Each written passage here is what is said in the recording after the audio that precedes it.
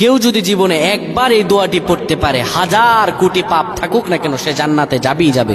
আল্লাহর কসম করে বলছি, আমার কথা নয়, রাসূলুল্লাহ সাল্লাল্লাহু আলাইহি ওয়াসাল্লাম বলেছেন, কেউ যদি জীবনে 1000 পাপ থাকুক, গুনাহ করুক, একদম জর্জরিত হয়ে যাক, জীবনে যদি এই একটি মাত্র কালিমা পড়তে পারে তাহলে সে জান্নাতে যাবে। নবীজি বলেন, কোন ব্যক্তি যদি পড়ে লা ইলাহা ইল্লাল্লাহ দাখালাল জান্নাহ, লা ইলাহা ইল্লাল্লাহ দাখালাল জান্নাহ, কেউ যদি জীবনে একবার এই দোয়াটি পড়তে পারে, সে যতই পাপ করুক না কেন, শত পাপের মধ্য দিয়ে আল্লাহ রাব্বুল আলামিন তাকে জান্নাতে পৌঁছায় দিবে। আল্লাহ যেন আমাদের প্রত্যেকে কবুল করুন, আমরা পড়ছি আল্লাহুম্মা আমিন। কেউ যদি জীবনে একবার এই দোয়াটি পড়তে পারে, 1000 কোটি পাপ থাকুক না কেন সে জান্নাতে যাবেই যাবে। আল্লাহর কসম করে বলছি, আমার কথা নয়,